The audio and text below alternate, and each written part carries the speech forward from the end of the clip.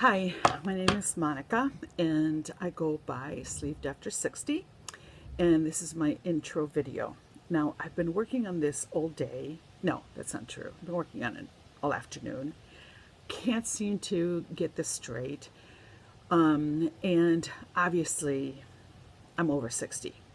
So, as I said, I'm Monica. I am in the process of getting approved for VSG sleeve bariatric surgery. Monday, today is Saturday, September 10th, and on Monday I go for the psych eval. I've had all kinds of testing. I am 63. I'm 5'4". I weigh 226 around-ish, 226, 223. And my highest ever, I don't know. But my highest recorded is 240, which was about a year or so ago, and I went to Weight Watchers and I lost some weight. A big reason for having to have the surgery is that, unfortunately, with my age and with my weight, I have some other health issues. I have really bad GERD, and I have sleep apnea, those kinds of things. So, and the reason why I want to make this video is because I made a decision to do this back in maybe May, and since May, I've been following a lot of people, and I've gotten so much information and so much support, even though people don't know at the time. But I follow an incredible bunch of women that well, for one thing, I'm old enough to be their moms, but I'm just surprised that this is available, and I'm so glad that it is. So I'm retired. I was in mental health. I was a mental health professional, and I retired about a year ago, and so this is a huge, huge change that I want to make in my lifestyle. I've been dieting for 50 years. I just had, actually this summer, I was talking to my mother and realized that the first time that I ever went to the doctor and had diet pills given to me was when I was 13, if you can believe that. So I'll make another video at another time about all the things that I've tried. I want to make sure, because I want to make this short, that that I'm clear on what my expectations are and what I hope to bring to the VSG weight loss community. And a big reason and purpose for doing this is that, of course, I want to have information and to give information if it's helpful. I do also want to document my journey, but I think that I can give and get support from this. Just my personal philosophy, having been a mental health professional, is that this is a journey, just like growing old or anything else. So I do want to document my process, and I want to get insight into other people's process. As far as someone asking about self-care, and I'm sorry I can't think of her name right now, from Wales, who's talking about that this month. I want to say Provence, but of course it's not Provence. I am so sorry, Sweet Pea, if I'm just screwing up your name.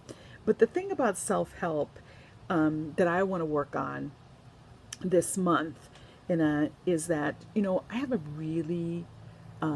I have a problem with tolerating distress, which by that I mean the idea of like things not being in order. I'm a little bit of a perfectionist, and I think a lot of you probably know all about that.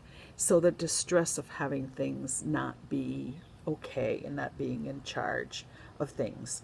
And that's what I'm trying to work on, because as I said, although I'm in the process of getting approved for this surgery, I kind of have to be, you know, in a state of distress, figuring out, is it going to happen or not.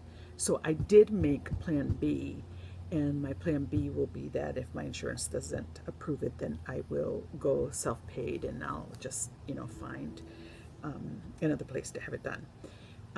But all the rest of that, about the distress tolerance, is that right now I'm making it a point to really practice compassion for myself.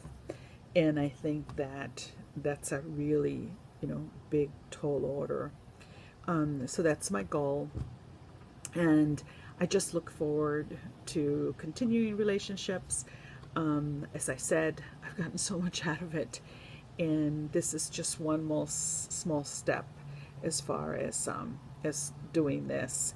And please be gentle with me, since a month ago I wasn't even on Facebook. I just thought that was Facebook was the work of the devil, because people get in trouble on Facebook.